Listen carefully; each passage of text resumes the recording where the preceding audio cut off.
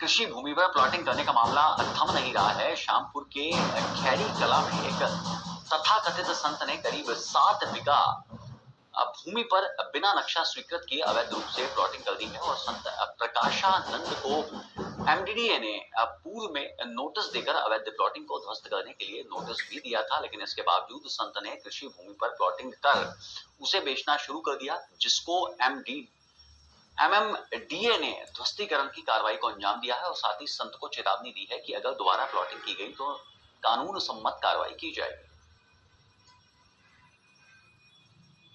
और ताजा अपडेट के लिए हमारे साथ जुड़ चुके हैं हमारे संवाददाता जितेंद्र चमोली। जितेंद्र, क्या है पूरा मामला? यदि कृषि भूमि होती है तो कृषि भूमि पर कंस्ट्रक्शन के लिए एक कानून है जिसे प्रेग्नेंट कानून कहते हैं, जिसके तहत आप किसी भी कृषि भूमि पर कंस्ट्रक्शन का काम नहीं कर सकते। बावजूद इसके उत्तराखंड में इसकी धज्जियां किस तरह से उड़ाई जा रही हैं? जी बिल्कुल अनुज, आपने सही कहा कि कृषि भूमि पर अगर आप प्लॉटिंग या कुछ करते हैं उसके लिए एक नियम कानून बना हुआ है, लेकिन फिर नियम कानून को धर किनारे करके जो भूमाफिया हैं वो जो कृषि भूमि है जिस पर किसान अपना फसल उगाते हैं उस किसानों को अपने जाल में फंसा के या उनको लालच देकर उस भूमि को बिना लैंड यूज किए हुए उन पर कंक्रीट के जंगल खड़े करें। वर्तमान में ऋषिकेश, रानी पोखरी, छिंदवाड़ा, रायवाला, तमाम जो पानी वाला क्षेत्र है वहां पर अवैध रूप से कई कृषि भूमि पर प्लॉटिंग की जा रही है।